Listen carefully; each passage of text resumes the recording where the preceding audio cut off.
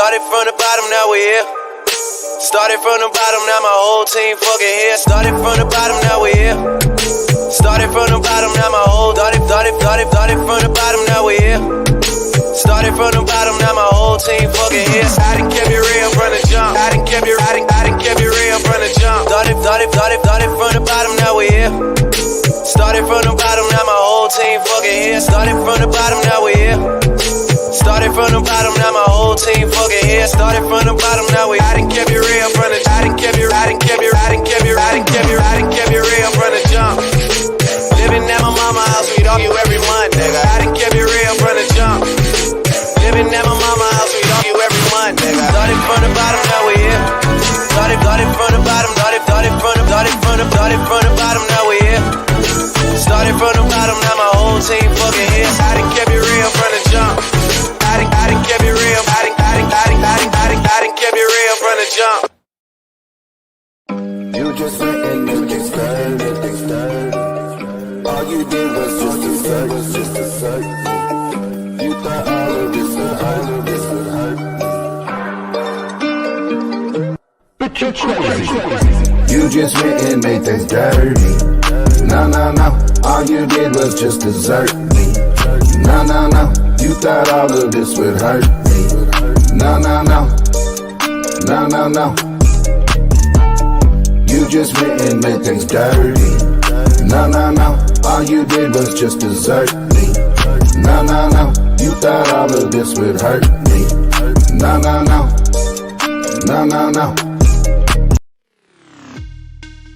Yeah. This is for all you non-philosophizing black sheep, unwelcome, pushed to the side motherfuckers like me. Fuck what they say. Tang gang, Atheist Your Way. Yeah. Fuck what they say. Tang gang, Atheist Your Way. Let's get down to business. These bitches got glitches. And you thought you'd dismiss us? Nah. Now I'm laughing in stitches. See, the problem be, it'll be a tragic travesty to come after me. So just know this is how we get down. Respect that shit like a pronoun, bitch. Yeah. Fuck what they say. Tang gang, Atheist Your Way. Yeah. And fuck what they say.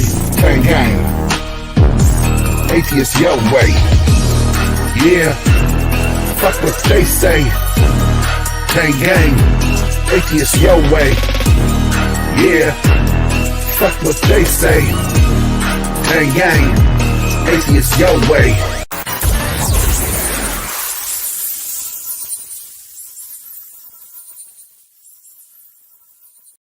What up, what's up, everybody? And of course, as soon as I start the intro, the trains start rolling by, but what's up, everybody? Hope everybody's doing well, and that's going to bother me. Let me fix the camera. Oh, come on now.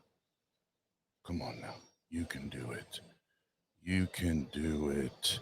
Yeah. All right, sorry. That bothered me the entire stream. So we got that fixed. Welcome, everybody. What's up, everybody in the chat? Thanks for hanging out. Boy Oz here as usual, and just a couple announcements, and then we'll get Aunt Kathy on here, and we'll chop it up. And I just realized I put the wrong background on here too. So I told Aunt Kathy backstage I'm a little slow to the draw today. I didn't get my Adderall refill. I have to wait till tomorrow, so I feel slow right now. But anywho. Coming up this Saturday, we have the next edition of Can You Dig It, Sucker? With Pat Lowinger and Dr. Yashua Bowen. And they have a special guest, Dr. Kip Davis. Going to be joining, so you not want to miss that. And that'll be Saturday. And then coming up on the 17th, a very special edition of Whiskey, Scotch, and Cigars with Little Sis and I, Biddy Buddha. We're going to be hanging out, and we're going to take it old school. We're going to have drinks, have fun, and talk about crazy Bible shit. So you know how we do. And then last but not least, everything's been submitted, mixed, mastered, and sent off. I got the official email, was it last night or this morning? Everything has officially been sent to Apple, iTunes, Apple Music, Spotify, all those fun platforms, wherever it is you like to stream your music. And on iTunes, pre-sales start on the 10th, so you can start buying the shit on the 10th, and then on Devil's Night, October 30th, it'll actually drop at midnight on the 29th, so it'll be available on the 30th. But I'm excited, and it went from 13 songs to 17 songs. So there's a couple I couldn't throw up. So yeah, go support your boy. Go support your boy. I worked hard on that. But no, again, thank you for everybody in the chat for hanging out with us tonight. And let's get the proceeding this evening. My awesome guest tonight is also my awesome aunt, and I always like to tell people that you call her Aunt Kathy, but she's actually real life aunt to me. So take that. But Aunt Kathy, how are you? Give you a right hook. Yeah, I'm doing all right. How are you? I'm good. I'm highly annoyed by this train going by right now. But nothing I can do about that. That's okay. You're here. If you hear kids yelling, that's outside my window. I don't know where they came from. They don't belong here. You don't belong here. You don't belong here, child. We got trains, we got kids, so y'all just pardon the background. Yeah, as I said, this is real life Aunt Kathy, my mom's sister, and Aunt Kathy, I'll let her tell the larger part of this story, but I remember the first time she called in back when we had the call-in show, the first version of the call-in show going, and had conversations there, and we met here in Fort Wayne at one point, which we'll get to that as well. And then eventually launched the Vintage Explorer, and then took a little break or hiatus, whatever, however we want to describe that, and now is back in action. And after that little break and stepping away just for, mental health and just to be in a good place, in a healthy place, I thought this was a great time to now do the, what's your story, and talk about that. And, our family's had a lot well, we could say this about most of our entire lives, but the last year and a half has been pretty brutal, and so we'll talk a little bit about that. But no, Aunt Kathy, I'm excited to do this with you, because this is, we've had our individual parts of this journey, but the last year and a half or so, 2 years, a lot of this we've had to now as skeptics, non-believers, whatever they want to call us, we've trucked through this thing together and had to watch and learn and experience.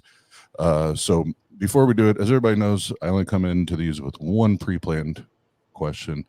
And Aunt Kathy, what was life like for little Kathy?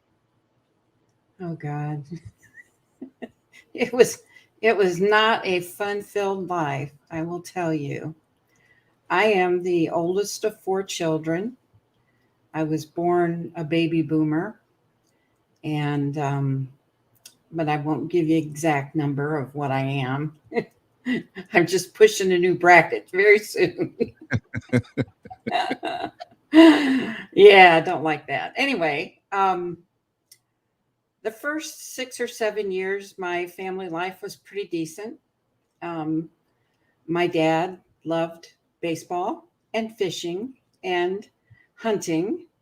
And I think he was hoping to have a son as his firstborn. Instead, he got me.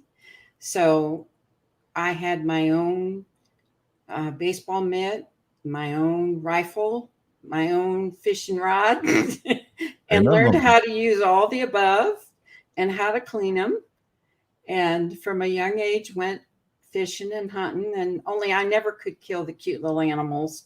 but I did go hunting with him and learned some of that. We have Cherokee Indian in our ancestry, and I learned how to walk the quiet way and look to the sun for direction, and some of that stuff I still remember. And my neighbors tell me they don't ever hear me walking because I walk kind of on my top of my toes, sort of. The quiet way is what my dad always called it, and my grandpa. Anyway, so my brother and I are close in age. We're about 2.5 years apart. And then when I was about 7, my dad started drinking alcohol. And buddy, did he start drinking. And he became a rip-roaring drunk and a very violent man, especially when he would drink hard liquor. And we went through horrendous life after that. We had, I was never in the same school. Every year was a different year because he wouldn't pay the rent. He'd drink it and we'd get kicked out and we'd have to go somewhere else. And it was all a different school district. And so I didn't have the pleasure of having school friends much because, I mean, I finally got to where why even try to build a friendship because I know I'm going to have to leave. Right. And, you know, so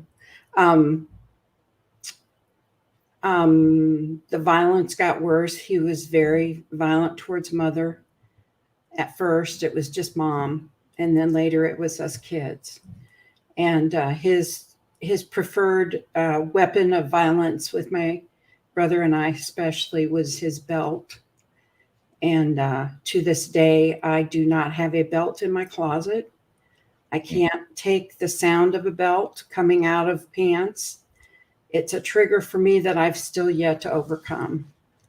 The beatings were violent and bloody. We would get beaten until we bled. And they were usually, the punishment was not what the crime was. You know what I mean? It never is with that kind of violence. But when I was about 9, my sister Cindy was born.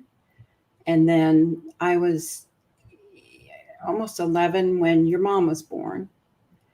And by that time, my dad was full blown, worse than ever, had been in and out of jail. And we had many times we had no food, we had no electricity. My grandparents, both sets of grandparents, helped often. Back then, there weren't shelters for mom to go to. You were a stay-at-home mom, and her family couldn't have helped us anyway, you know. So we had a very, very rough and violent life, and we lived to survive. Yeah. You don't dream. You don't. I mean, I lived in my books. I would get stacks from the library, and, you know, that was my safe place, was to read books, mysteries, and, you know, just fiction, anything that would take me away from the real world that I was living in because it was so horrendous. The sad thing for my 2 sisters was that they never knew Dad as a sober man, where my brother and I had that opportunity for a few years to know him. And he was a great guy when he was sober. And we had good time. I remember good times with him when we were, when I was younger. But we always called the younger ones the little girls, and the little girls never knew him that way. And that always made my heart sad. Well, and I was just going to ask, do you think that is, there's very little positives that you can take out of you and your siblings' childhood in regards to this particular topic? Do you think that it was better for them to have not known that way? Because to me, it'd almost be like an added, like, so that mattered more to you than us because you and Randy got to see this, right? and they never got to see it. So it's almost like they didn't have that teaser, right? Yeah. Where it's like, what would your thoughts be on that? Because like for me, I think I'd rather not have even known that other guy existed. That's what was so hard. We kept hoping he'd come back. You know, he might sober up for a very short period of time, but it didn't last. And what was interesting with him was my brother and I got to really learn from the cycle. He was very cyclic. He was bipolar. Only back then they didn't know it, and he was a narcissist. So these are things that we learned to watch behaviors. We just didn't have the terminology for it.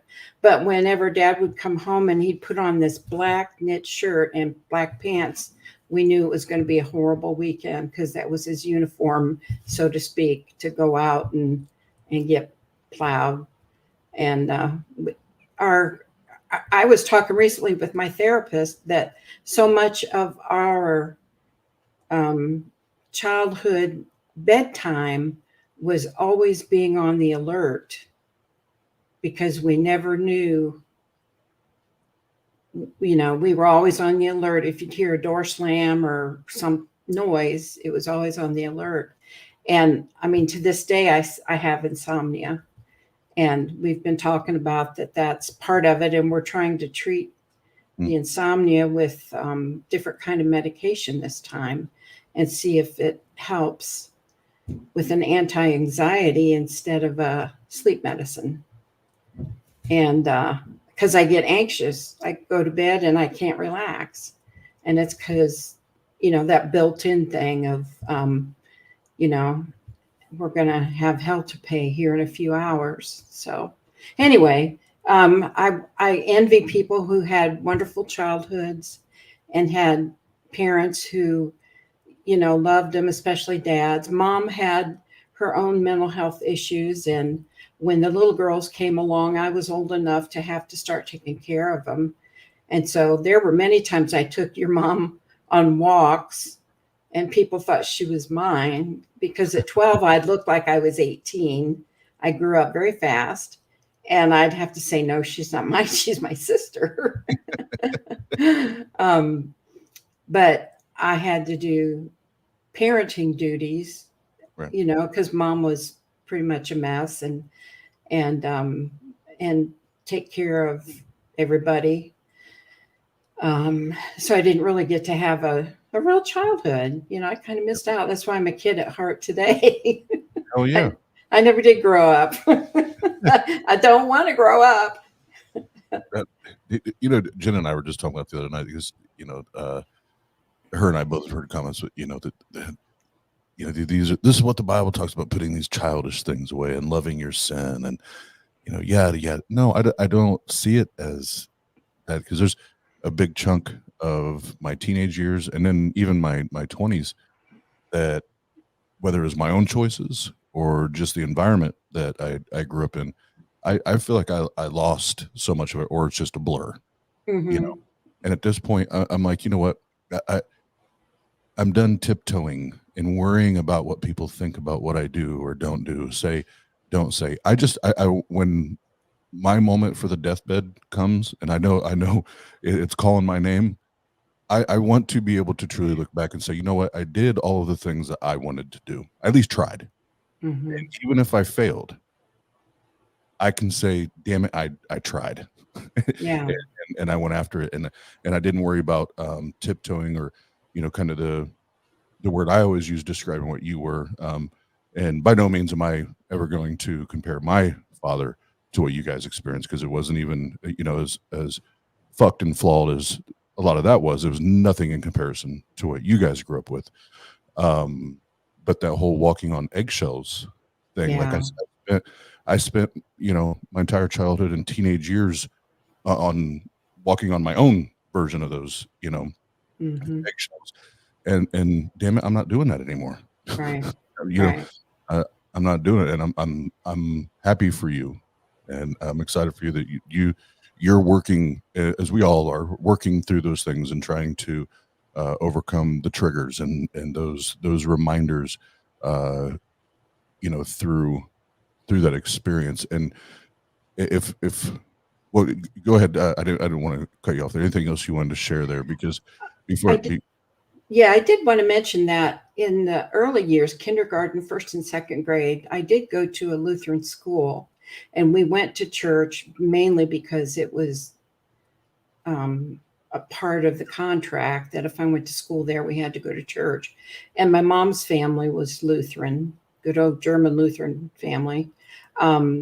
But then when we moved away from the area where the school was, there was no more church involved for us at all. I think neighborhood vacation Bible school, a couple people would have it in their home and we'd do that, but there was never, anything much of church related stuff throughout most of the years, of the rest of the years.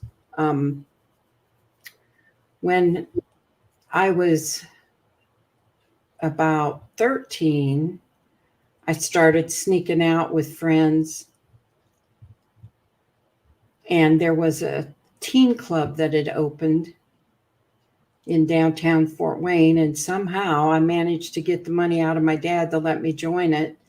But I got in with some bad kids and got to where I'd go down there, sneak down there. We'd sneak out and get drunk. And, I was doing the thing I hated that my dad did, but it was part of the, as part of the teenage, early teenage stuff. But things continued to rapidly decline at home. And it got to where my dad would work out of town, but come home maybe once a month. He always worked he always set it up. We found out later he did have another family. I have twin half brothers somewhere in the world that I know for sure about. The rest, there's probably a whole lot more out there wandering around. But I haven't met him, don't really wanna, but I know the kind of lifestyle he lived, that it was, he always lived somewhere else and he'd come back home maybe once a month. But those times he wasn't home, he wasn't providing for us, we ate a lot of government cheese and peanut butter. I do remember that. And they made good grilled cheese sandwiches, though. I do remember we liked those. It kept us from starving.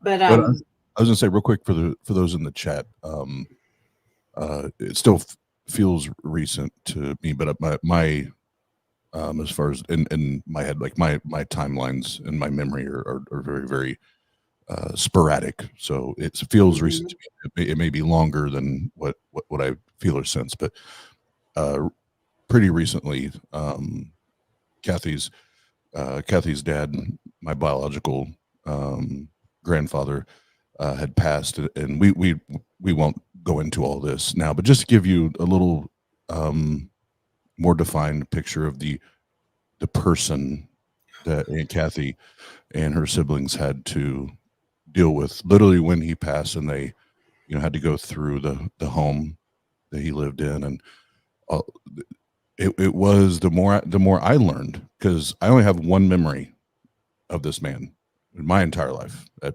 41 years old now. I have one memory, and he showed up to our house shit-faced drunk. And I remember my mom, and my mom wasn't a yeller or a screamer, but I still to this day remember her yelling at him and telling him to leave and never coming back.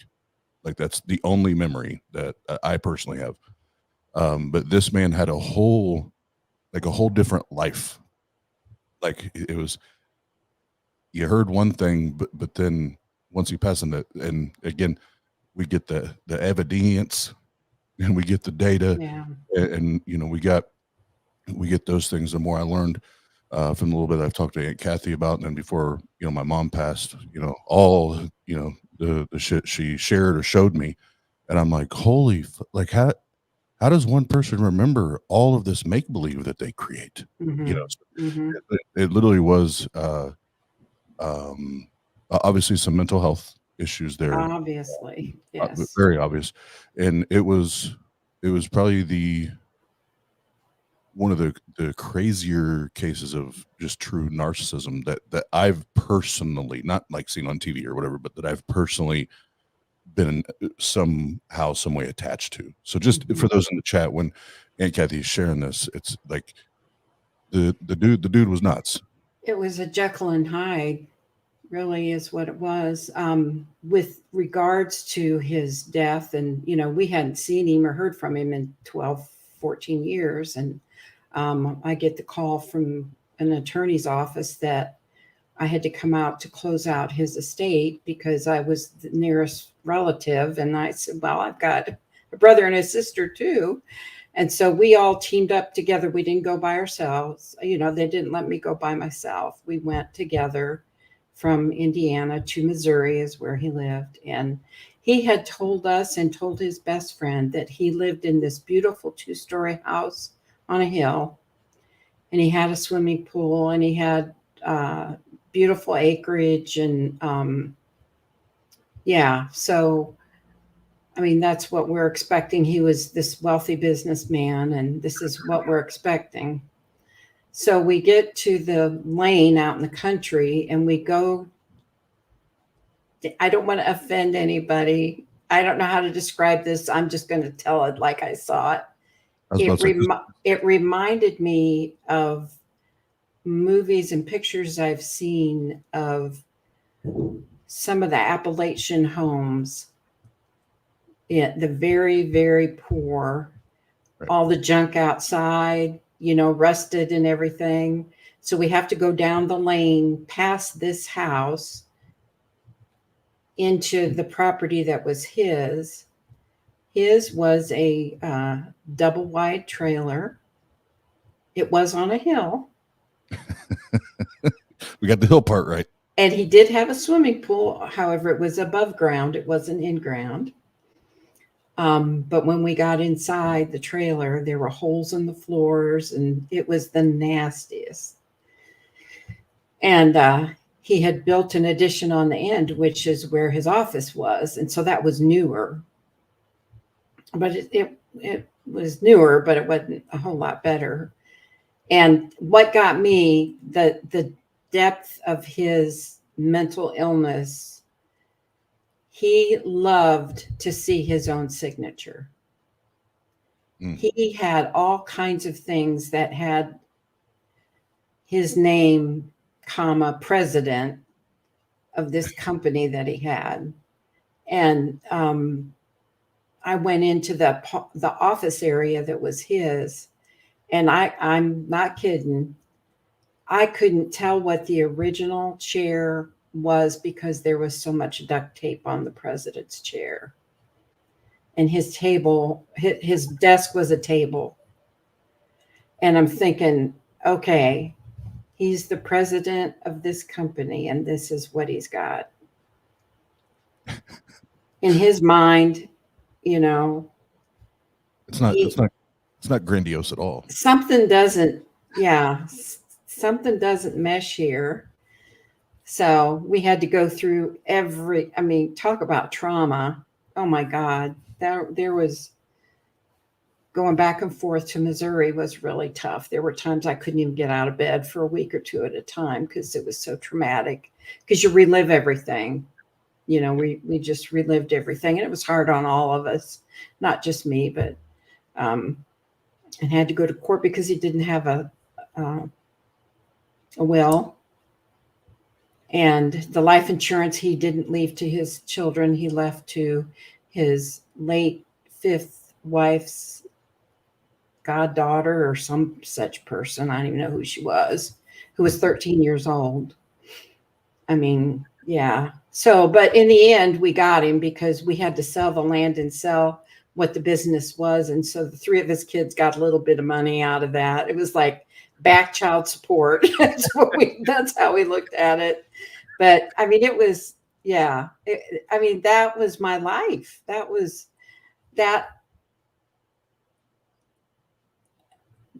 when my own mental health issues started, but I didn't know it then, and I was a depressed kid all the time. Well, duh.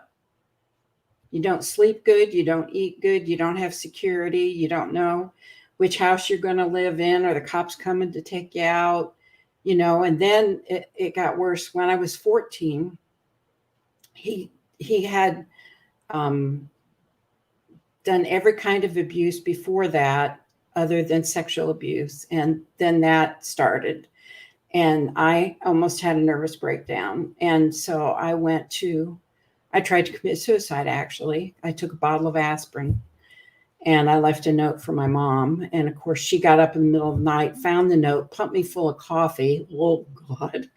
And then the next day, set up an appointment. I went to my counselor at school. And that was the first person I ever talked to about what was going on in my home. And I was 14. Wow. And within a week, I was taken out of the home and placed in foster care because I was that fragile. It was either that or put me in a hospital.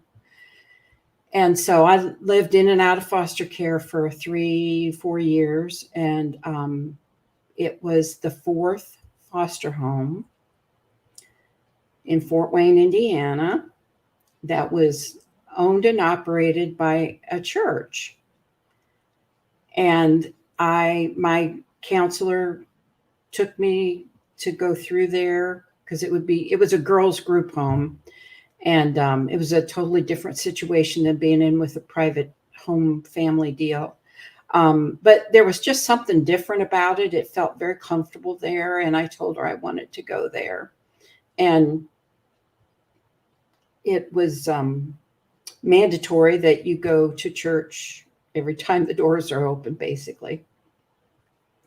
So the pastor had been a former Assemblies of God pastor. So he was charismatic and all the gifts and everything. And it was my 3rd or 4th time at the church. It was a Sunday night, and a hippie guy was getting baptized, and he shared how God he tried to commit suicide by taking his Volkswagen Beetle over a bridge, and it stopped. And of course he was hurt pretty bad and found God. And I started crying, you know. He was just talking about this God of love, this God of love.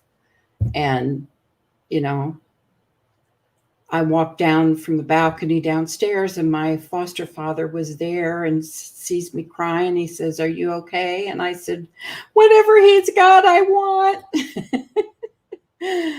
And so we go to the prayer room, and I get saved and ask Jesus my heart. And the next week I get baptized and slain in the spirit and filled with the Holy Ghost all at the same time.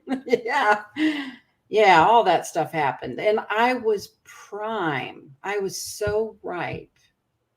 I needed to be loved and cared for and respected. And this is what was being offered to me, that God loved me and that he had a wonderful life for me and a wonderful plan for me. And so I just got it. Hook, line, and sinker. I took it.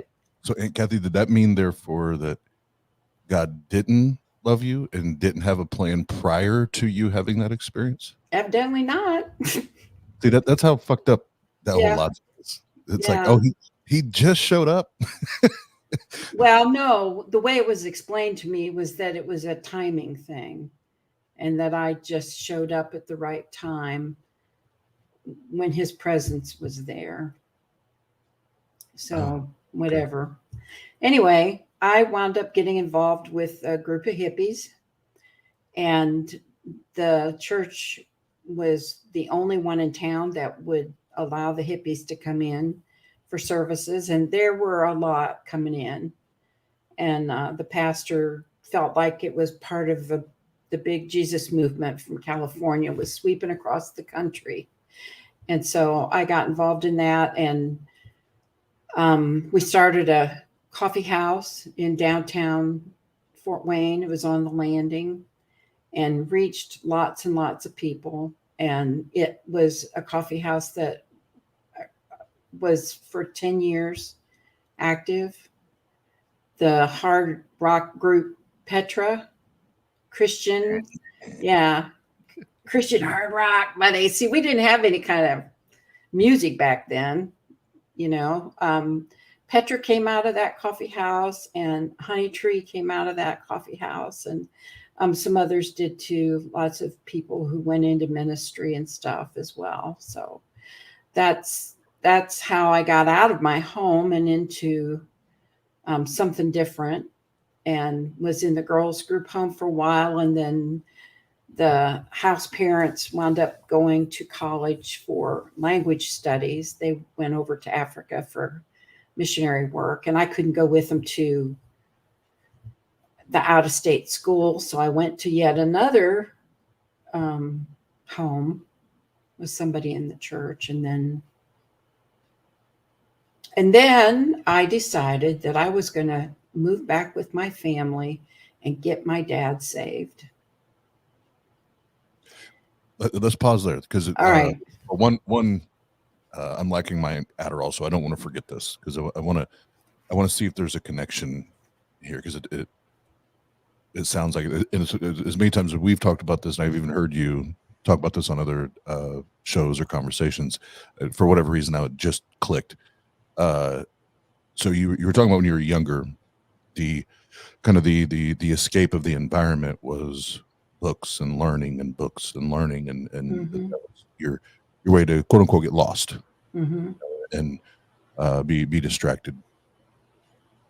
When you had the experience in you said, whatever he has, I want that, right? Mm-hmm. You connect with that, then obviously, you know, one of the steps that, you know, I'm not sure the timeline, but you 100% jumped all the way into not just believing that there's a God, but you were invested in that book.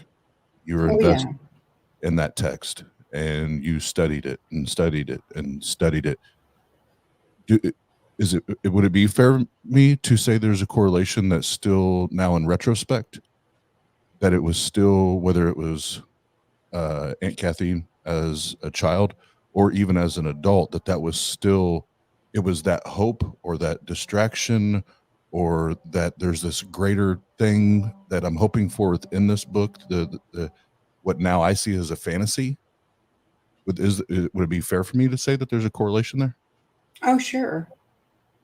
Oh, absolutely sure.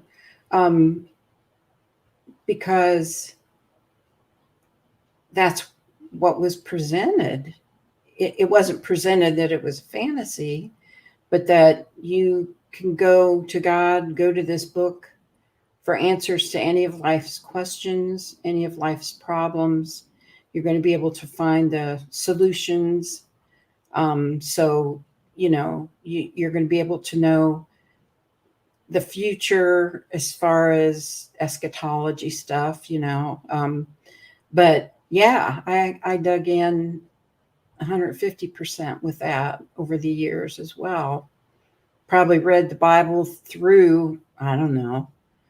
I was a Christian for 52 years, so I could have read it 500 times. I mean, it was just, you know, at least once a year you read through it, and then I'd read through it more, and then pick it apart and read through it more. But it was always the circular reasoning, because I didn't study anything outside of the book. Right. Of course, we weren't encouraged to read anything outside of the book either, unless it was approved. Mm-hmm.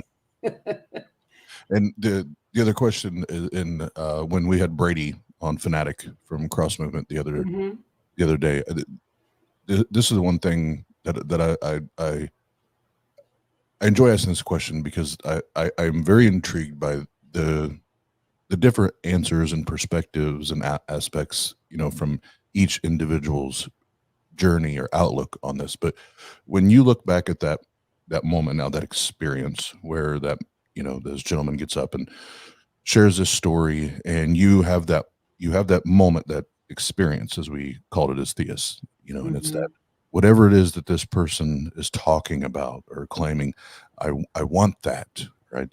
I need that. When now current day, when you look back on that, what are your, how do you think about that, and how do you feel about that moment now when you look back at it? Well, I look back now. I mean, I can remember it vividly. I can remember everything, where I was sitting, the whole experience, because I was in the balcony, and when he was talking, the whole sanctuary just became one great big light. I couldn't see people. I could hear a voice, his voice, and I felt a warmth, like I was being hugged, and I immediately had the tears. I just look back on it now, and because of the wording that he used about the love of God, those words are what got to me. And like I said, I had been primed for that. Right. And I see it as a very emotionally needy person reaching out to what was not at that time thought to be fantasy, but later turned out to be fantasy. So I kind of lived in a fantasy world for 52 years. And I still read fantasy books, I'll tell you. I still want to get away from it all. I was about to say, I think all in our own way, we have that. We part of it, I think, is normal. You know, just be distracted by the day-to-day bullshit, you know, but specifically with, you know, religion and the dogma behind it, unfortunately a lot of the and Neil's in the chat. Neil would be one of the first ones to jump online and say yes, hell yeah, with, you know, 400 or 500 people now that he's talked to about their deconstruction, you know, deconversion is the key word that you've used so far, is the priming or being primed, you know, or being you know, that in that mindset where you do, when you're hurting and you're lost and you have nothing, when someone offers you hope and the possibility of this, again, grander life, this more pleasing and fulfilling life, and someone else already paid the price for it, well, fuck yeah, sign me up. Right. And so it's I find it to be a very deceptive, you know, manipulative tactic, but when you don't know, you don't know. Right. And that's where most of us have found ourselves. Right. And you don't see at first when you're getting involved that you're getting involved in something that's so limited. You know, you don't see you can't do this, you can't go here, you can't read this, you can't, you know, you don't see the can'ts. You see that the plug is for you to show God you love him, you serve him. You serve him by helping with the children. You serve him by, you know, being at the church every time the doors are open, and being at the prayer meeting, and being at this. I mean, through the years, I grew into, I was an intercessor, and you had experience with your mom with that. Oh yeah. And did a lot of, you know, intercession, thinking I'm standing in the gap for somebody. Yeah. Hours and hours and fasting, and, you know, breaking strongholds and binding devils, and, you know, all that kind of stuff that we were taught. And it was good, and it was safe, and it was real in the environment we were in. Absolutely. It did not apply outside the doors. Exactly. Only we didn't see that. Yeah. Yep. And which we'll get to here in a minute, because that's okay. It's you know, as you could probably, you know, predict from just what Aunt Kathy's sharing and what you've heard me share independently on my own, our family has really been fractured, because it's I don't think any of us were healthy enough to actually realize what was up, what was down, what was left, what was right. And we were just trying to figure out and stay alive, like literally sometimes just stay alive. Yeah. You know. Yeah. So it's not because we didn't love each other.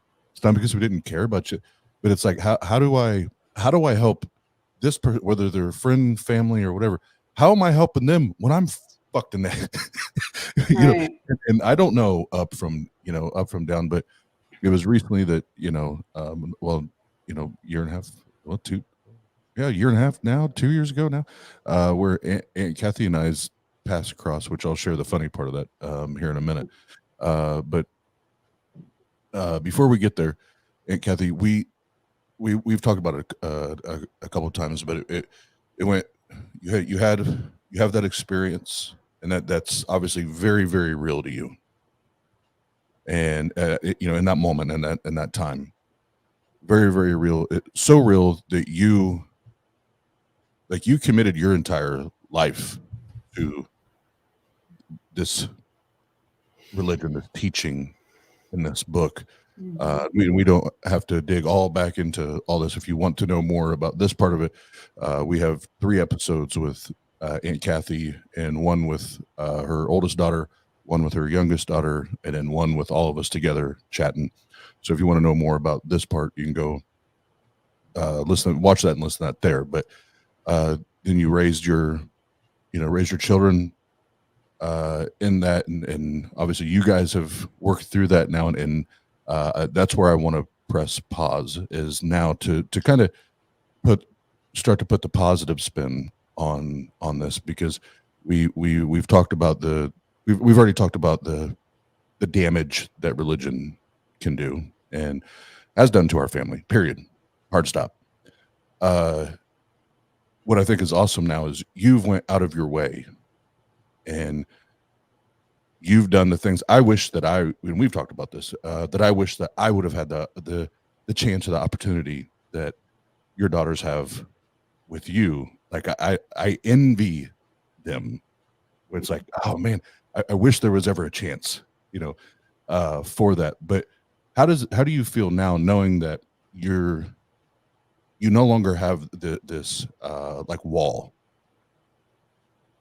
that stands between having a true, loving, healthy relationship between your daughters, even grandkids, anything like that? Like, how do you feel now versus then, just knowing that that's gone? Well, I have to say it's not 100% gone, because we're still knocking some things down. And when the 3 of us were together here recently for Mom's birthday, a couple things got brought up that we need to work through, and there's just, we're always going to have stuff to work through, but this is, oh, absolutely. This was something from the girls' perspective that I'd never seen it from their perspective. There was that period of time when I had no choice but to let them go stay with their father, who I had been told was in recovery from his alcoholism. But I was in a situation with my now ex that he was not working. He'd fallen from a ladder at the top of a roof and had messed up his ankle, broken his ankle, had to have surgery on his ankle. He had no income. He was working for guys who had this, they started the Christian Brothers contracting, and they never looked into nor paid into workman's comp. So guess what? We had nothing. It was time for school to start. We were living in our friend's trailer in their driveway, and I had no way to put my girls in school. I couldn't do anything, but I had to let them go be with their dad. That was my only choice. And it was a year for Aaron, and Nikki stayed a little bit longer, and then she moved in with a good friend of hers her senior year. And I understood that. I knew she wouldn't want to leave her school. I had to do that. I was in a different school every year in high school, so I understood that. But, they just brought forward to me, Mom, we don't feel like you understood what we went through during that time. And so that's something that we're digging into now, for me to have a better understanding of what was going on within them. It's all well and good that they can see where I was, but I need to understand what they went through during that time And that was a big wake up call for me. That had been something I hadn't really, I mean, I knew it was rough, but I didn't know it was as rough as it turned out to be. And, you know, I was between a rock and a hard place. And so, I mean, we're going to have different parts of the wall keep coming down. And I think this is just the next, it's a big piece, but it's going to come down. It's crumbling, and we're all talking to our therapists about it. And then we're going to get on a call together with the three of us and talk it through some more. And I'm glad that we can do that. I'm glad there's not anything other than, you know, our own stubbornness or pride that may keep us from getting healthier and getting healthier. Yeah. And I want to make sure that, because again, I'm not as quick to the punch tonight when I said there's not, that thing isn't there. I'm very, very specifically, I mean God and the dogmatic. Oh yeah, no. You know, because once, as you guys are demonstrating, which is fucking beautiful, by the way, is once that's removed, we can actually now have real life conversations about the shit that actually has happened in our lives. Because you know, as you know, I know, you know, a lot of us here know, when the religion and the God and the book is still involved, it's still very easy for us, whether it's we're coming at it as a parent, a friend, a partner, you know, a sibling, whatever it is, we still kind of have that thing to hide behind when we have the God, where it's like, well, it's all part of God's plan. You may not see it, and you may not like it, and you may not understand it, but you know, this all of this turmoil and all of this bad shit only builds character.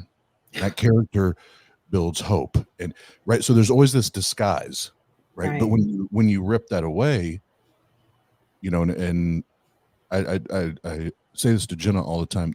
You know, when you rip all that away, there's only two. You know, if a relationship truly is a two-way street, and it's 50-50, and how much we do, how much we give, and how much we take or we receive from that relationship, there's only two people that can fuck up that relationship, and it's one of the two parties involved. Like nobody else gets to choose to fuck it up. It's one of them. When you take that third party out, so to speak, the God or the religion, whatever, and all of a sudden we can zero in on the things that you guys are zeroing in on, which again is beautiful, because unfortunately there's not a lot of Christian parents that ever get to the place where you're at, Aunt Kathy, and that is that's a story to be yelled from the mountaintop in and of itself. That all just that by itself is huge. Yeah, I mean, my girls deconstructed long before I did, and they were very glad when I did, and I'm very glad that I have, because you know, religion was the big blockage in our relationship. And when I really saw that, I valued my relationship with my girls more than what I was seeing at the time within the church after, you know, 40 some 50 years, whatever it was, when I've really been thinking this last couple of weeks, Oz, that it's probably been about 7 years that I've been questioning things really hard. You know, I just was really rehearsing a lot in my mind of when did I really start wondering and questioning things. And I did for a long time on just the thing on prayer, you know, because if you're following the formulas and asking in Jesus' name and you're doing everything you're supposed to do, and you know the magic phrase doesn't work, then why am I responsible for the prayers not being answered? Why is it my fault? What have I done? I've followed the formula. And we're not the ones claiming to be omni anything here, Jehovah. Yeah. We're not. We're just down here doing the filthy rag shit. Where are you? Where are you? Good. You're going to say something. No, I was just going to say that in the hippie movement, in the Jesus People movement, you know, we didn't have a big bunch of teaching about hell because it was all about love. I mean, you know, the hippie movement, not the Jesus People movement, but the hippie movement was all about love. Yeah. And then you get the Jesus People movement in there too. It's all about love. And so it was, this love was going to transform your life. And it wasn't like, and if you don't let it happen, then hell's right here. It wasn't talked about that much. It really wasn't, that I can remember. It was never, I was never afraid of going to hell if I didn't do this, that, or the other, right? The thing that I look at now is that so many who came in through the doors of the coffee house who had drug problems, we had some serious problem people, and who tried real hard. I sat through with one woman who tried to kick a long time heroin addiction. Oh my God. It's not enough of an answer that God is love and he has a wonderful plan for your life. You can kick the addiction, but then what?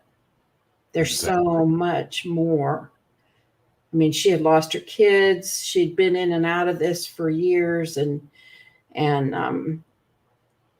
so many who wound up not sticking with it was because there was so much more to that kind of transformation than just God's going to take care of it. No, that's where counselors, therapists, mental health, medications, all that kind of stuff that we know now, that you didn't go there in the churches back then. Yep. Well, and still today, as far as the church is concerned, you still don't go there. No, not much. It's still, you know, he who the Son sets free is free indeed. Yeah, right. Wow. The key word being indeed, which is never did or done. Right. You know, yeah, I go off on that because, like, when I go hang out with Jared and the local non-believer group here in Fort Wayne, there's about the same time there's a church that feeds the homeless community here in Fort Wayne, and a couple times I've watched it. I keep trying to catch the pastor, and I want to interview him and record it because I want to ask him, you know, you do all this and you take him through the sinner's prayer, and you want to talk about the, you know, the liberation and the deliverance and being set free from, then you walk away from them. What's next? Did you, right. They're still homeless. They're still, yeah. Yeah. Did you give them any resources as far as, you know, first of all, like any type of medical guides or references to go to? Because if they're addicted, there's going to be withdrawals. There's a lot of, I mean, they could die depending on what the addiction looks like. They could die by just trying to cold turkey, right? And did you give them referrals for mental health or any type of psychiatry or anything? Nope. You know, and I've talked to enough of them, and we've been involved in there's nothing like that. Like that shit doesn't exist. But that'll yeah, I can go on for 2 hours about that, so I won't. No. There's a bunch of new names jumping in the chat, so let's pause real quick. Say what's up, everybody. Thanks for hanging out with Aunt Kathy and I saw a couple comments in there. Yes, this is my real Aunt Kathy, real life. We are We're blood. family. We are family. So Aunt Kathy's my mom's oldest sister, and yeah, it's real, because people think I'm joking sometimes when I say that. No, I'm dead. Like, I'm dead serious. It's real life. But before I kind of now segue into the call-in show and then your trip to Fort Wayne, everybody have a drink.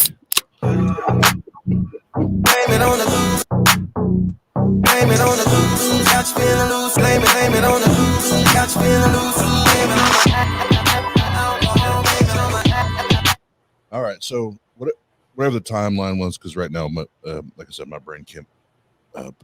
It's pretty slow tonight, but so we had the call-in show, And I think the very first one is more of a funny point. The very first one that I remember anyway, Aunt Kathy calling into, we had myself, Mike, I think Nate, and then Dr. Josh was there. Dr. Kent Hovind was there.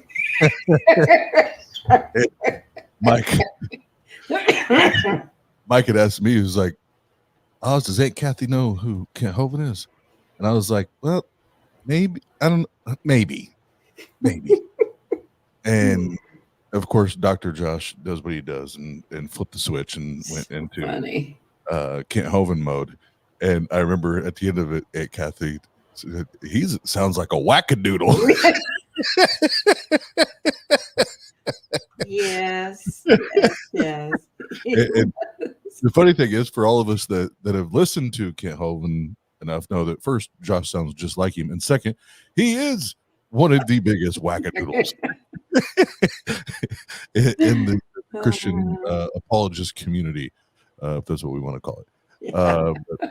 So I remember those calls, and we did have a lot of fun on, with some of those calls, but the other ones where we did talk about, more directly the belief or the what we do call it validity or accuracy of text, or the claims of the text, at least, that kind of thing. And I remember the first time, a couple times, like I remember Mike and I having a conversation. I'm like, I'm trying to figure this out. What's going on? and then Aunt Kathy had reached out to me and asked if we could go get Atheist Pizza here in Fort Wayne.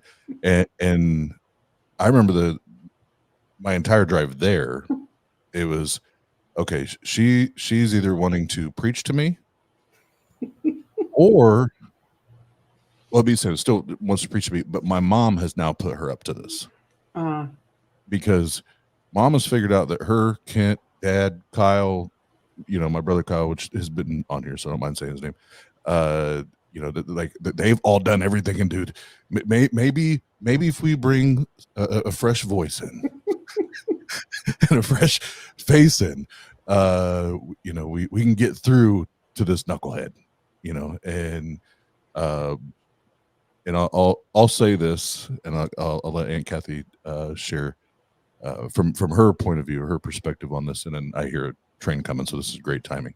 But I remember one of the first things we sat down, and Aunt Kathy was like, "I'm not here to get you saved or to preach to you or anything like that." And I was like, "Oh, well, okay." We started off. We started off well. Okay.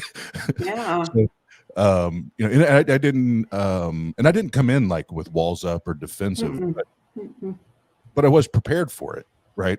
I was prepared. Well, I'm sure you were. Yeah. But I mean, I'm the one that brought Christianity into our family. I introduced everybody, led them all through this prayer of salvation, except Dad. He never did do it, but everybody else did. So of course, here I am, the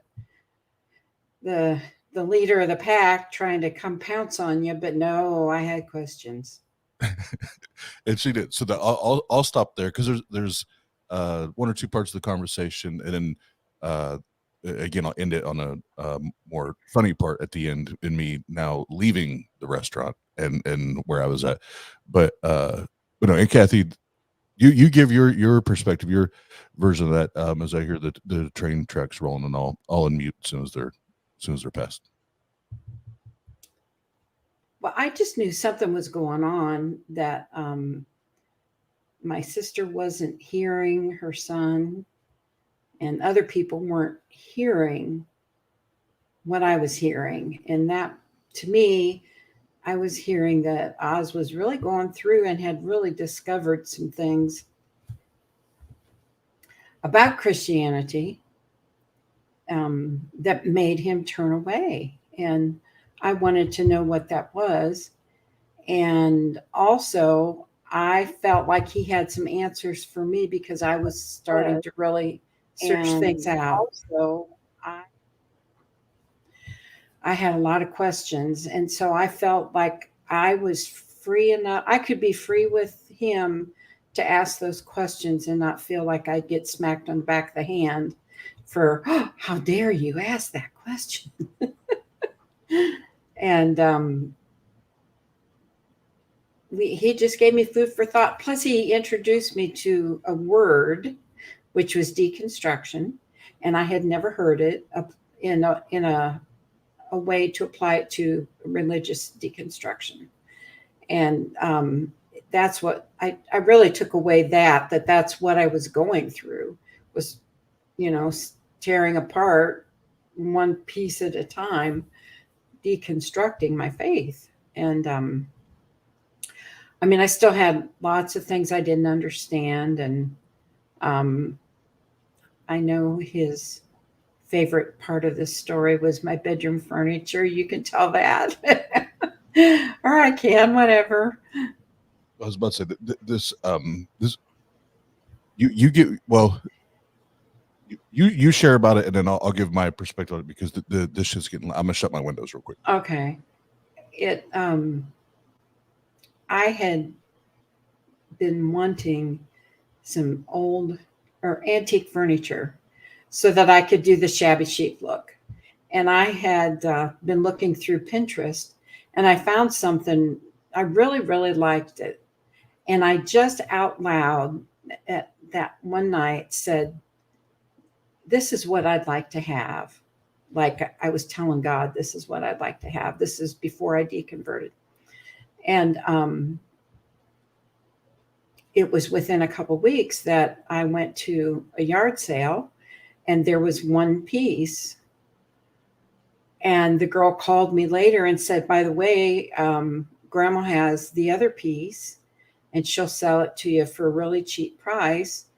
And the money that I had to spend on this furniture was not really out of my pocket, because it was birthday money. And so I was telling Oz, it was like God answered my prayer in that he provided this antique furniture. And then within another week, I found the bed that went with it, and I could redo it. And of course I did it shabby chic pink, baby pink, real light. And I was on my own. Hey, if I wanted it pink, I could have it pink. So God was the one that provided the furniture. I was thinking about that this morning, by the way. The old furniture story. Yes. And I remember I don't remember the exact way I asked it, but I remember, based on the way the conversation went, I was like, well, I'm not going to go like into a deep dive into creed epistemology, but I think this is a good opportunity here to maybe help shed light, because this is what helped me. Why do we believe something to be true, and why are we convinced, like in this scenario, that the pretty furniture means therefore God, right?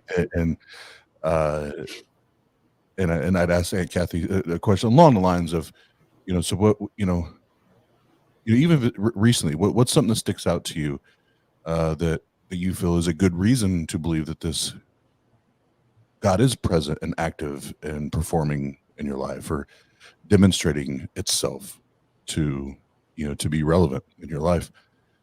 And she shared the furniture, the furniture story, which I again, putting on my old Christian, hat. I get it. And I understand, but as we went through, I was like, aren't there more natural explanations to this? Yeah. Than just I woke up, I look at Pinterest, and then I find it at a garage sale. I mean, there are such things. There was prayer. And I remember,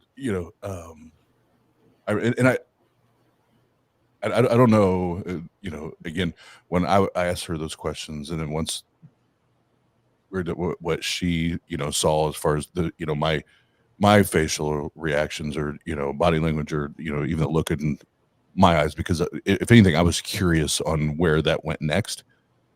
But it was one of those moments where I could tell she was like, well, she's more prone probably to say it today, but I knew she wouldn't then at that point.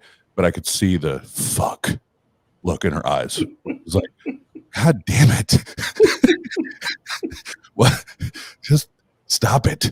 But it was that I think any of us that have deconstructed and deconverted, we remember those, either the moment or those, plural, those moments where everything just continues to crumble and break apart, and you continue to lose more and more of that faith, right? The substance of hope for, evidence of things not seen, like the chunks continue to start. And I remember it was like she didn't say anything. It was just in her eyes. It was like, fuck, and okay, I got to go back to the drawing board. And but so going into this again, I had no guards up. I did not come in combative, because I wanted to know, is there someone in my family that is actually wanting to have this conversation? Because nobody does. Up to this point, nobody actually wants to have a healthy, productive conversation. And I remember, and again, for context, sitting and having this conversation with my Aunt Kathy then, not knowing how much she had been challenging within herself, challenging and questioning, because I had no idea that was going on at that point. I felt like, okay, right now, this is like talking with my mother. That this is the Bible, this is God, this is faith, this is what we believe, and so I went in with like, okay, even if she comes from that dogmatic approach, I still want to be calm, and I still want to make my points and see if someone will listen. That was my mindset going in. And holy fuck me, I got in a car when we were done, and I remember watching her drive off. And I sat in my car for 10, 15 minutes, whatever it was. And I'm like, what the fuck just happened? What in the flying fairy fuck just happened? That was my Aunt Kathy. That had to be a clone. That had to be a clone. There's no way that shit just happened. And as far as her and I then, building a really a brand new relationship as aunt and nephew, because like I said, because of all the turmoil and the abuse and the trauma, everything in our family, all of our relationships were very disjointed. And we've talked now more in the last year and a half, 2 years than we have my entire life. Yeah. Period.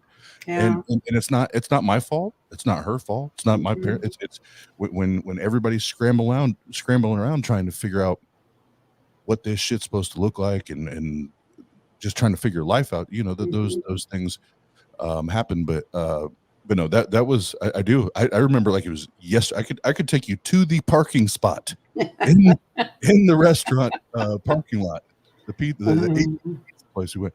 And I didn't, and normally I'm the one, like, as soon as I turn my car on, music's on. And I'm like there was no music. There was no, I'm like, what the?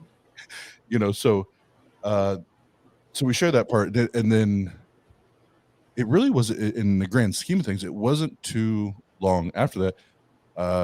Aunt Kathy and I talked about Vintage Explorer, round 1. And jumping into that, and I did, and I still love the first version, and this one where it's getting to know the atheists and all the different talents and hobbies and skills and all that. I love that, because I think that only helps support, like, even the Atheist Your Way. Like, it's not always about philosophy. It's not always about the God argument. It's not always about that. But before we even get to that, Aunt Kathy, you came to a certain point in this timeline, and you had got a hold of me and said, nephew, I hope this is okay. I hope you're not upset, or however you word it. I'm like, no. I want you to take care of you first and foremost. And you wanted to you said, it's not that I'm walking away or running away. And, I need to take some time for me because I feel like it's becoming unbalanced. Yeah. And I respect the hell out of you for being able to recognize that and hit that strategic pause. But through that time, and taking that time off to just focus on you, was there anything that you can identify and say, I really learned this, or I took away this from that time, and now I'm practicing that, or I've put that into action or motion since taking that break? I think one of the things was I tend to have, I want everything now. You know, I'm part of this instant. I want everything now. And in, you know, after I made the decision I just stopped believing. I just stopped it. And in deciding I'm going to read, and I was trying to read everything, you know, all the lists you gave me, and I'd watch different YouTube channels, and then I'd watch stuff on TV, and I was just trying to fill in the gaps of all the years, 50 some years of, you know, Christianity, and trying to make up for what I missed out on in the world and in research and in archaeology and all this stuff. And it was just, I wasn't allowing myself to have time for myself. I was cramming. It was like I was cramming for a final exam. Absolutely. And it was just not, it was not healthy at all. And then when your mom, everything we went through with losing your mom, I just couldn't do it. I just had to, I had to be able to grieve. I had to be able to realize that when I was grieving her, there was other kinds of grieving that I hadn't let myself do, even with my dad. Even though we went through hellacious things with him, there was grieving to happen when we went through all of his mess when he died. And I had to grieve the fact that I would never hear, "I'm sorry, daughter," or that I'd never get to know the guy I knew when I was a little girl. He'd never come back again, you know? So there was all kinds of grieving I had to go through, mental health processes. And I don't regret taking off. I think I really jumped in probably too soon when we did the Vintage Explorer at first. I was doing deconstruction, and so I was deconstructing, and we were doing Vintage Explorer was deconstructing as I was deconstructing and going through. I can be pretty methodical on how I process things, and so that's how I was doing the show, and trying to identify what words mean and apply them. Oh, thank you, Neil. You're a sweetie. Neil's going to be on my show soon. Yay. I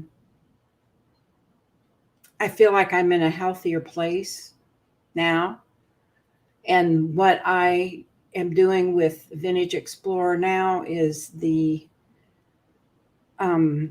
well, I felt it at Better at the conference, that what I wanted to do was to show the side of atheists that people don't see, that atheists are humans who have hobbies, who have lives, who have families, all the stuff. And that's what I'm homing in on through the rest of this year. And I'm loving it. It's like building friendship. Absolutely. And it's, you know, getting to know our family better.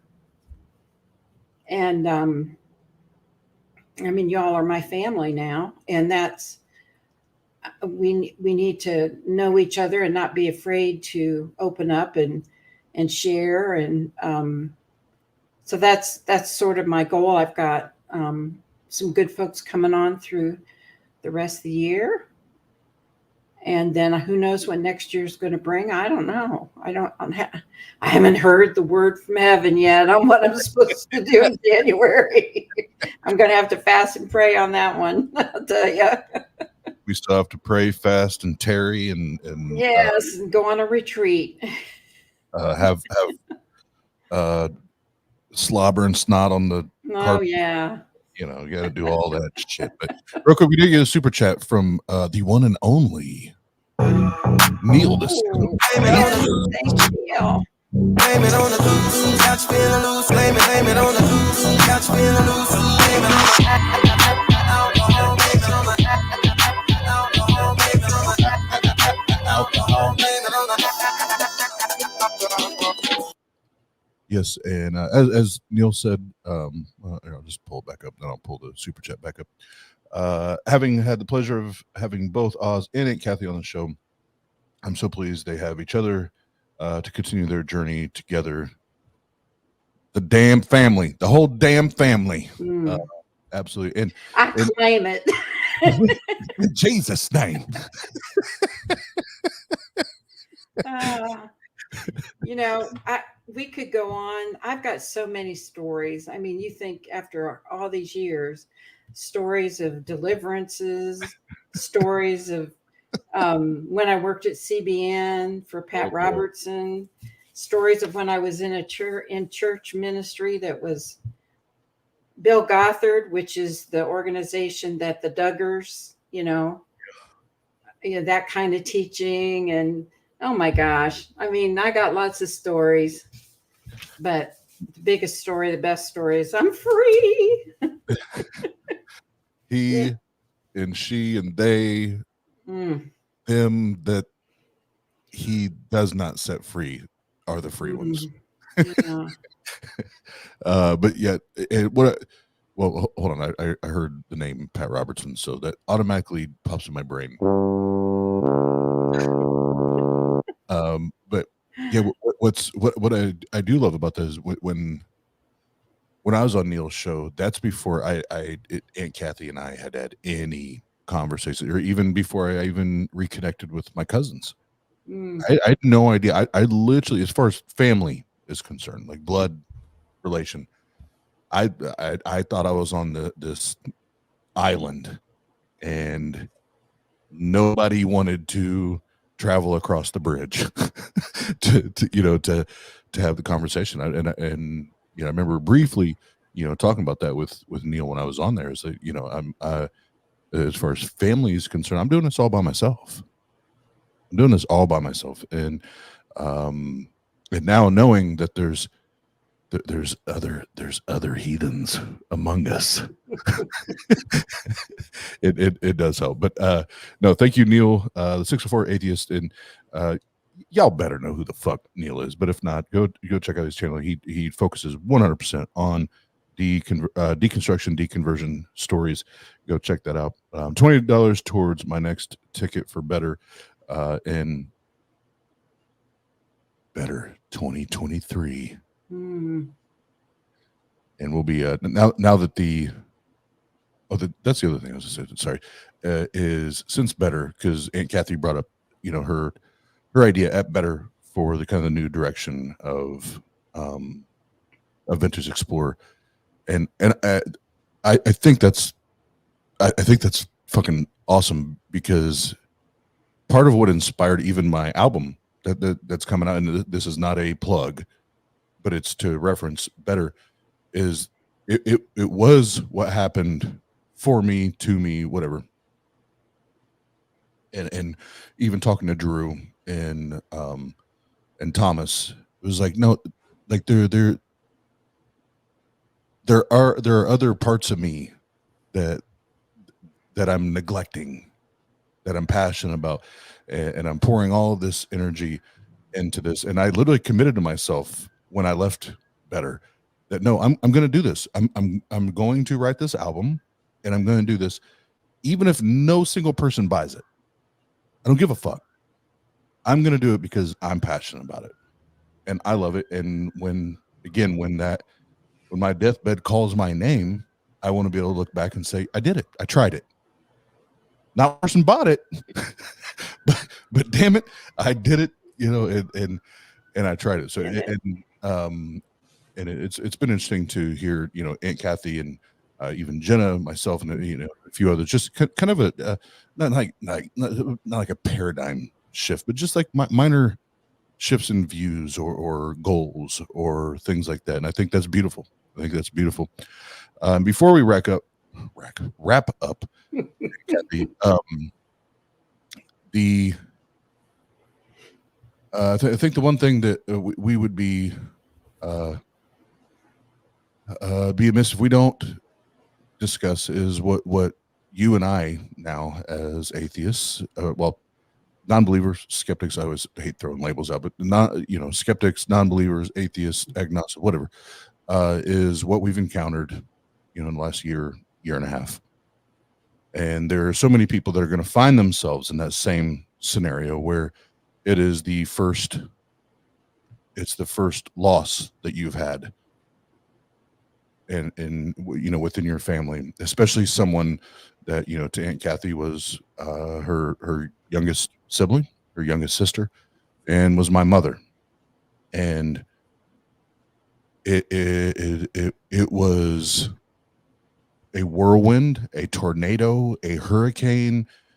I don't even know, a tsunami. It was everything all at once. And when you have to brace yourself for that the first time, and not having this fantastical belief that I'm going to see them again, that then ushers in all of these other issues and emotions and problems, right? Because you also have to deal with family. So I'll just ask. I'll ask first because it's what your story with Aunt Kathy, and I've talked about this enough. But Aunt Kathy, when you look back at that now, we're getting ready to approach almost a year and a half. What have you learned from that? Obviously, we still grieve, and you miss your sister. I miss my mom. But what did you, from that the process? What have you learned? What have you taken away from that? Being on the other side of that table. So much. Well,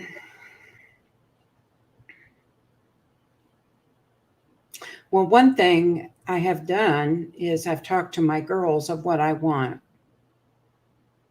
when my time comes. And they both know what I don't want and what I do want.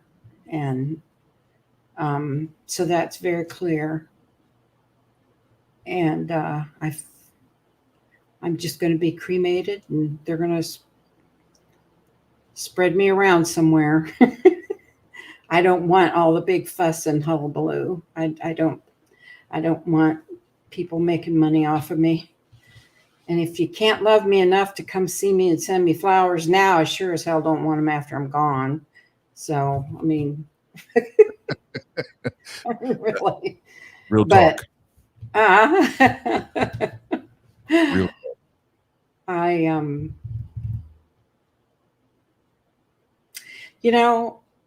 We all have to come to a point when we realize that there is a scripture that says ashes to ashes and dust to dust. Absolutely. And that's what it is. Exactly what it is.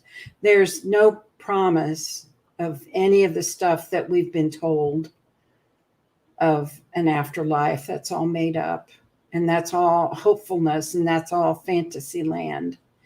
And I think the thing that got me the most with Sherry's death was that it was so sudden and unexpected. And that part of it, I was angry, and it seemed unfair. And yet I know how much she struggled, how severe her mental health issues were. And I would not want her back here with all of that today. And that I can honestly say that as much as I miss her, I wouldn't want her back here with all of what she had to deal with before. So we had support. We had so many of you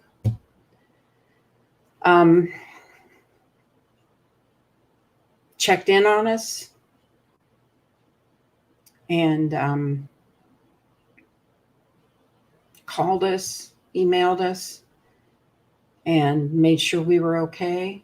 And I appreciated that. And I didn't know y'all near as much as Oz did, but I felt that I was part of this family and that I had some arms lifted me up, and that was just so wonderful. I think we have to just learn to live in the real world and accept what the real world is not always kind and not always nice. And things happen that we don't like. It also taught me that you live your best life now and treat people kindly.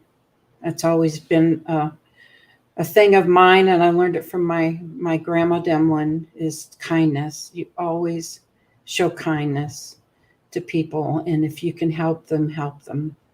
Do whatever you can today, because not a prayer, but physically doing something for somebody. People don't care how. What's that saying about people don't know? People don't care how much you know till they know how much you care. Right, exactly. Thank you.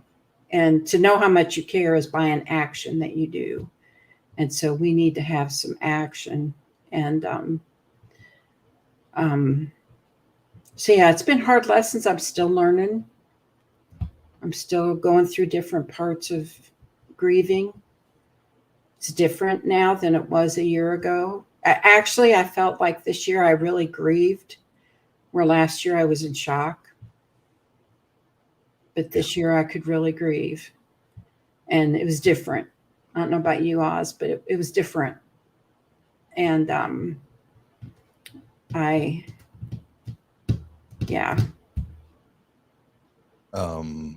and see, this is where I told her, leading up to this, I warned everybody that whether it was from Aunt Kathy or Oz, and probably more likely than not Oz, there would be a tear or two. And no, I 100% that this year's totally different. It's the great. Last year I was nasty. I was angry. I was pissed. I was fucking pissed. Yeah.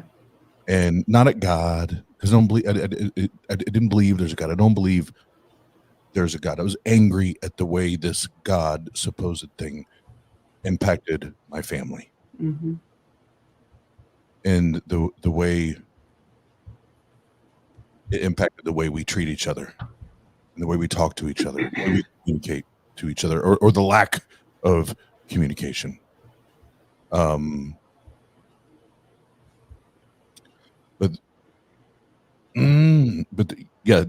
This year's been completely different. There's been several very, very early mornings, because it also, Aunt Kathy talked about her insomnia. As we all know, Oz is an insomniac all the way.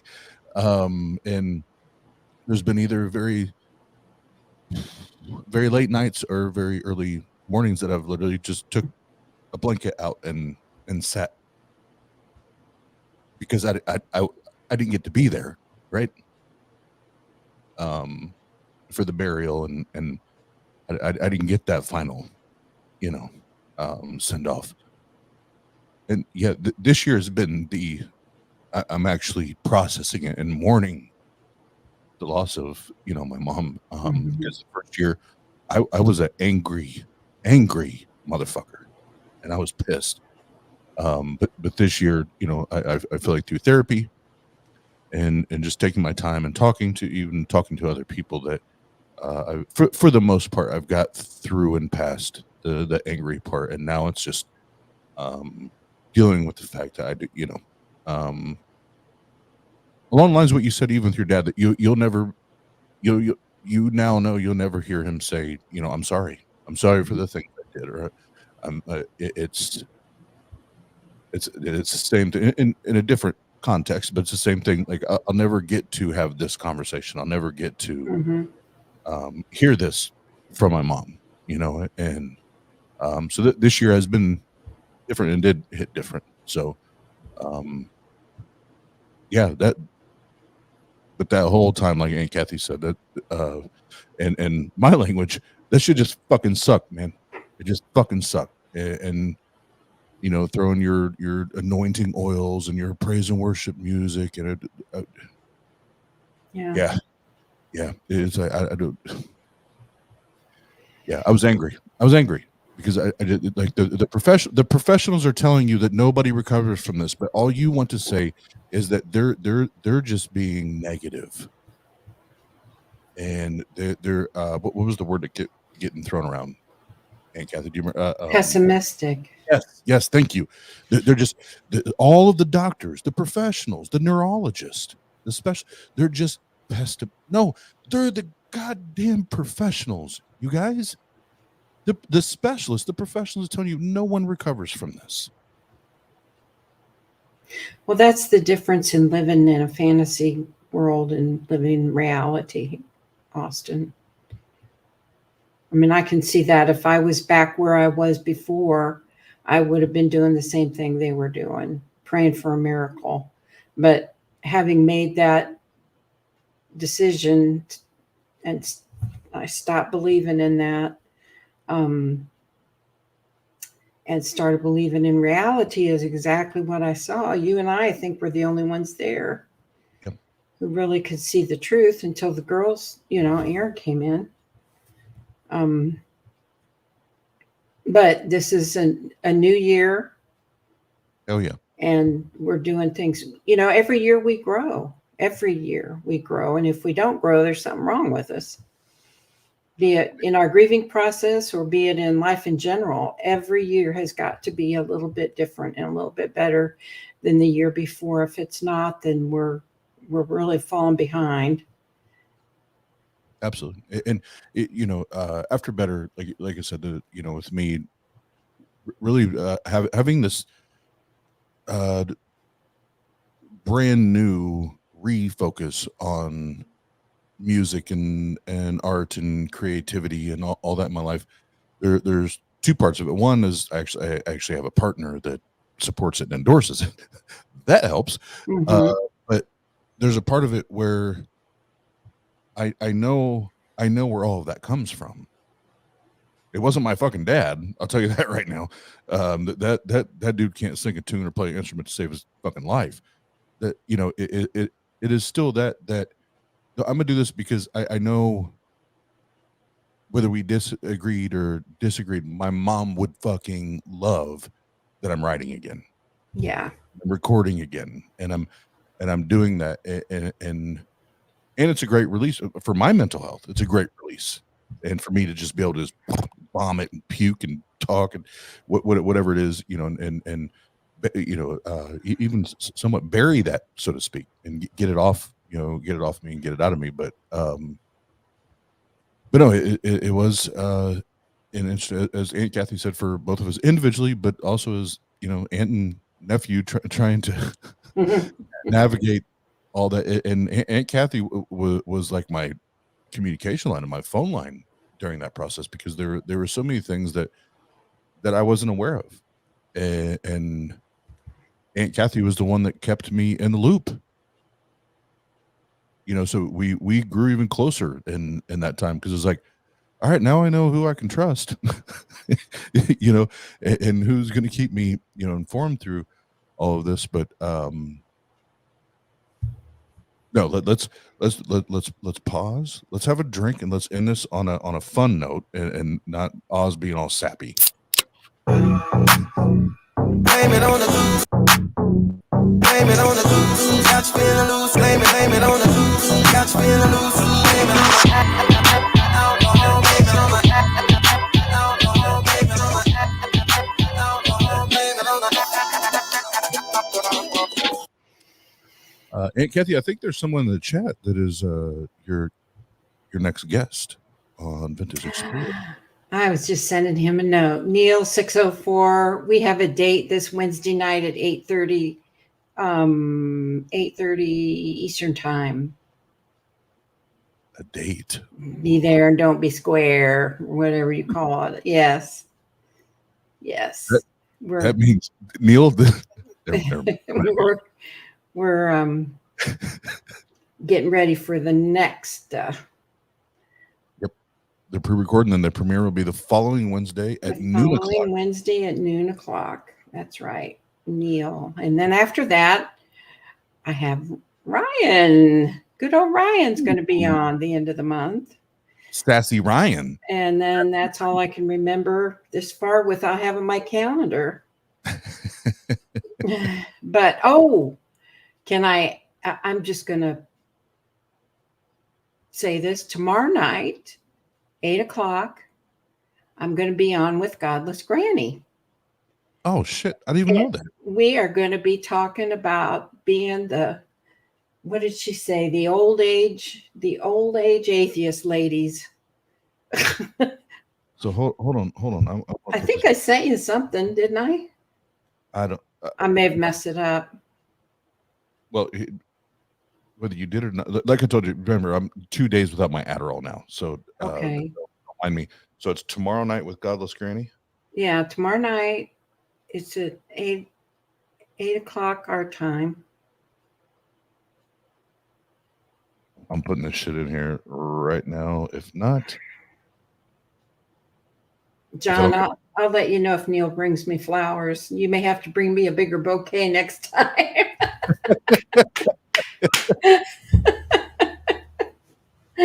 Right. John's a hoot.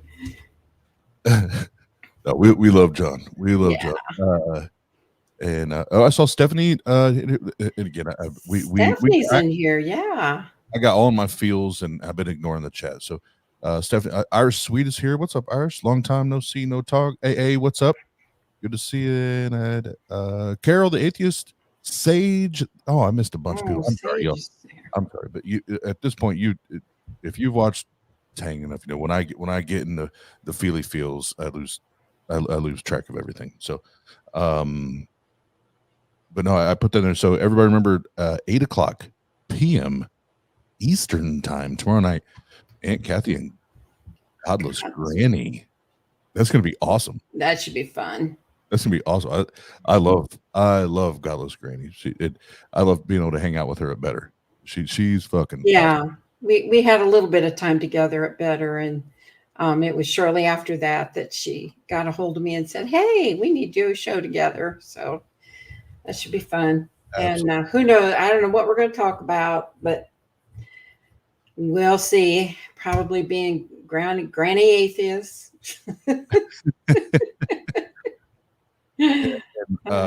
Irish, I did not know that. And per the usual, you make it sound like it's no big deal, but I hope you're doing okay, considering. But Jesus Christ, I hope, considering everything, you're doing okay. Yeah, now I feel like an ass for going around and having fun and no, I'm gonna shut up. I'm just gonna make it worse. But no, Swede, we love you. We love you. I hope you're doing good. And Kathy, anything you'd like to say in closing? I always like to give our guests here on What's Your Story the closing statement before we wrap up. If there's anybody who's been watching who has not made the decision to turn their heart life over to reality, pay attention to those little churnings inside that says, I need to question this, I need to question that, and question it and look into it, and don't just go along with the flow, because something is trying to tell you, open your eyes and see for yourself what's going on.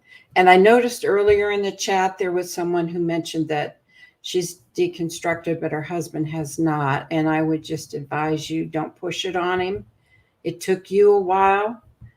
Just let him have his time. Don't argue. That's not going to get you anywhere.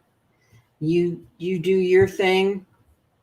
Let him do his thing, and let him, see the reality that's going to come eventually. Everybody's got to have it revealed in their own time, in their own way. And it'll happen. And I could get into a, 1 Peter 3 women. I used to do those studies a lot, but no. I just want you to take care of you first and foremost, and then everybody around, let them take care of themselves. It'll happen. Absolutely. And as we wrap up, just so we're clear, so AAS, does Aunt Kathy have a page we can post here? Because I'm not subscribed. Well, she is on Facebook. You can find her there. But she it's Wednesdays at noon o'clock, so in the afternoon Eastern time. She's we're family. We are Tang Gang. We're family. We are a Tang Gang. So as long as you're subscribed to the Atheist Network group, you should get those prompts. Yeah, it's Vintage Explorer. Yep, Vintage Explorer. As long as you hit that little subscribe thing, and then the little reminder, the bell thingy, you should get that for each one of her episodes as well there. And like she said, the next one is with Neil, the 604 theist. I mean atheist. Theist. Wait a minute, I got the wrong one. That'll be Jordan. But yes, and bring your guitar, at least one of them, Neil. Hell yeah. You better. You better. Yeah, this has been good. Catch up a little bit, and hey, we'll have somebody said I need to do a story hour. You should. I think I think that's the next, because right now you're doing the focus on the atheists and hobbies and what outside of YouTube.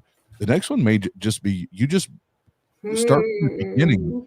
Start from the beginning whenever you're ready. Whenever you're ready. Doesn't matter to us. Whenever you're ready. And what's inside the envelope tells me that 2023 should be story hour with Kathy. Who knows? Should have bought a Honda. Oh, yes. Should have bought a Honda. Hookah mocha. Guacamole everywhere. But, no, Aunt Kathy, thank you, and I love you. I love you. And I pinch your cheeks, but I can't. Yeah, I'll do it for you. Okay. Here you go. All right. But I do. I appreciate you, and I love this relationship and all the fun shit and crazy shit that we now get to talk about as not believers, non-believers. So I love you. I appreciate you again, everybody in the chat. Thanks for hanging out with us. Yes. We're gonna wrap it up, and always be kind and keep exploring. Yes, be kind, keep exploring. Remember, Saturday is the next episode of Can You Dig It with Pat Lowinger, the 7-Day Killer, and Dr. Oh, that's going to be great. With special guest, Dr. Kip Davis. Yeah, that's going to be a really good show. Can't wait. Hell yeah. Love y'all. Tang Gang. Bye. Yeah. This is for all you non-philosophizing black sheep, unwelcome, push to the side motherfuckers like me.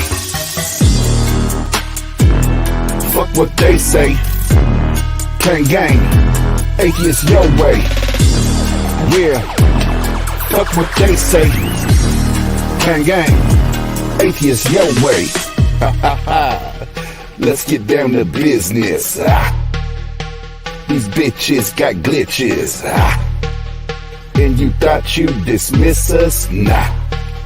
Now I'm laughing in stitches. See, the problem be, it'll be a tragic travesty to come after me. So just know this is how we get down. Respect that shit like a pronoun, bitch. Yeah, fuck what they say. Tang gang, atheist your way. Yeah, and fuck what they say. Tang gang, atheist your way. Yeah, fuck what they say. Tang gang, atheist your way. Yeah, fuck what they say. Tang gang, atheist your way.